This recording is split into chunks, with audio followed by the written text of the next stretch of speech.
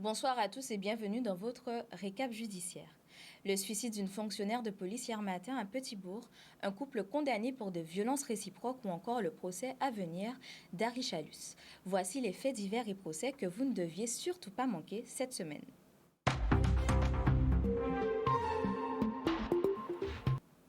En bref, l'auteur présumé du meurtre de Mornalo s'est rendu à la police ce jeudi. Placé en garde à vue, il sera présenté dès ce soir au pôle criminel de Pointe-à-Pitre. Pour rappel, le 11 février dernier, un homme était abattu par arme à feu devant une supérette du bourg de Mornalo. Triste nouvelle dans les rangs des policiers de Guadeloupe.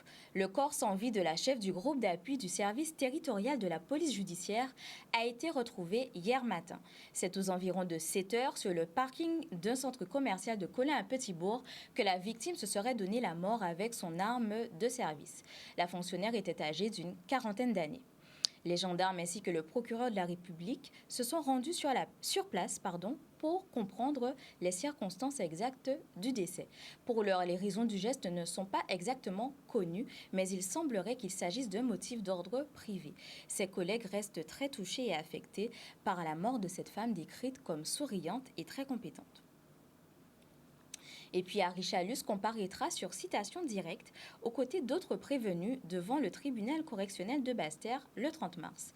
Le président de région est soupçonné de manœuvres financières via une association lors des élections régionales de 2015. Des faits présumés commis entre le 1er juin 2015 et le 30 juin 2018.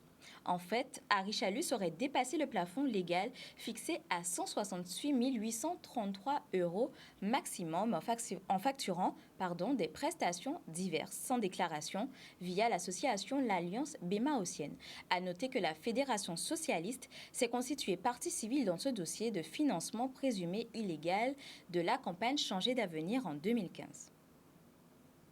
Morsure, blessure au couteau ou encore au tournevis. Un couple était jugé hier au tribunal correctionnel Pointois pour des violences réciproques. Il s'était littéralement tapé dessus le week-end dernier aux Abîmes. Des faits finalement assez habituels pour ces deux quadragénaires habitués des tribunaux pour les mêmes circonstances. Elle est mère de 4 enfants, la plupart placés en foyer. Lui est accro aux drogues et à l'alcool. La dernière dispute date de samedi dernier. Morsure, éclat de bouteille de vin, tout y est passé dans cette relation toxique qui dure depuis 4 ans. Le tribunal les a finalement condamnés à 12 mois, avec sursis probatoire pour la femme et 24 mois de prison ferme au total, plus mandat de dépôt pour son compagnon. C'est déjà la fin de votre récap judiciaire. Rendez-vous la semaine prochaine pour plus d'actualités. En attendant, suivez-nous sur les réseaux sociaux pour plus d'infos.